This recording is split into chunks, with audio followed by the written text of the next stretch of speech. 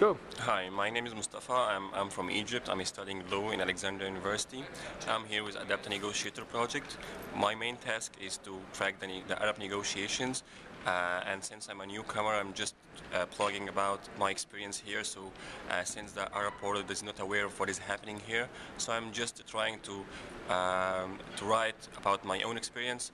So me and them are newcomers, so we are understanding together about what is happening here, so they can know about the whole negotiation and how hard is it and what is going on right here and how is the performance of the Arab negotiators, so they can make like for example expectation for the Qatar, which is going to host the COP18 conference in December or November in this year, at the last of this year. So please follow us and read my blogs. Thank you.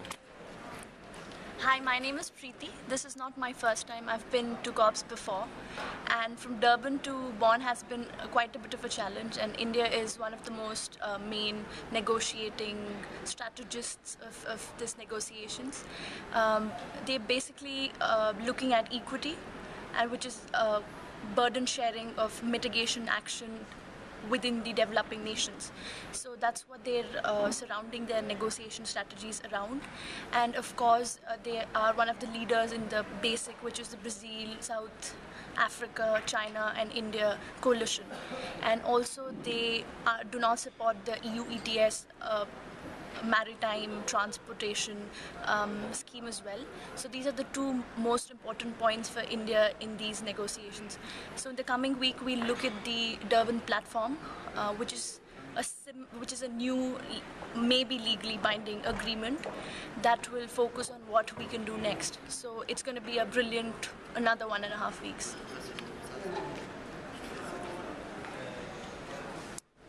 Hello, I'm Sebastian. That's also not the first meeting that I'm attending, and one of the most interesting issues here, from my perspective, is the future of the Kyoto Protocol.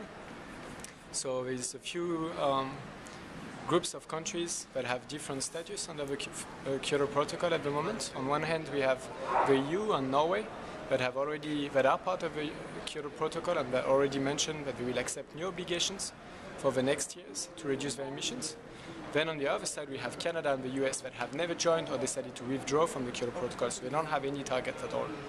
And then we have Russia and Japan that had targets but are not going to renew their commitments, so they don't want to accept new obligations. And the most interesting here are Australia and New Zealand. They are sitting in between and they haven't made clear whether they will accept those new obligations. It's interesting because this has to be decided by the end of the year, so within the next 6 months we know what happened with the Kyoto Protocol. Hi, this is Marvin. I'm the Chinese negotiator checker from China, and this is my 5th session, and right now I'm back. So although the negotiation here is quite very frustrating after 20 years discussion up to now, but we still want to put our hopes in the multinational negotiation like Rio +20, which will be held next month as a Rio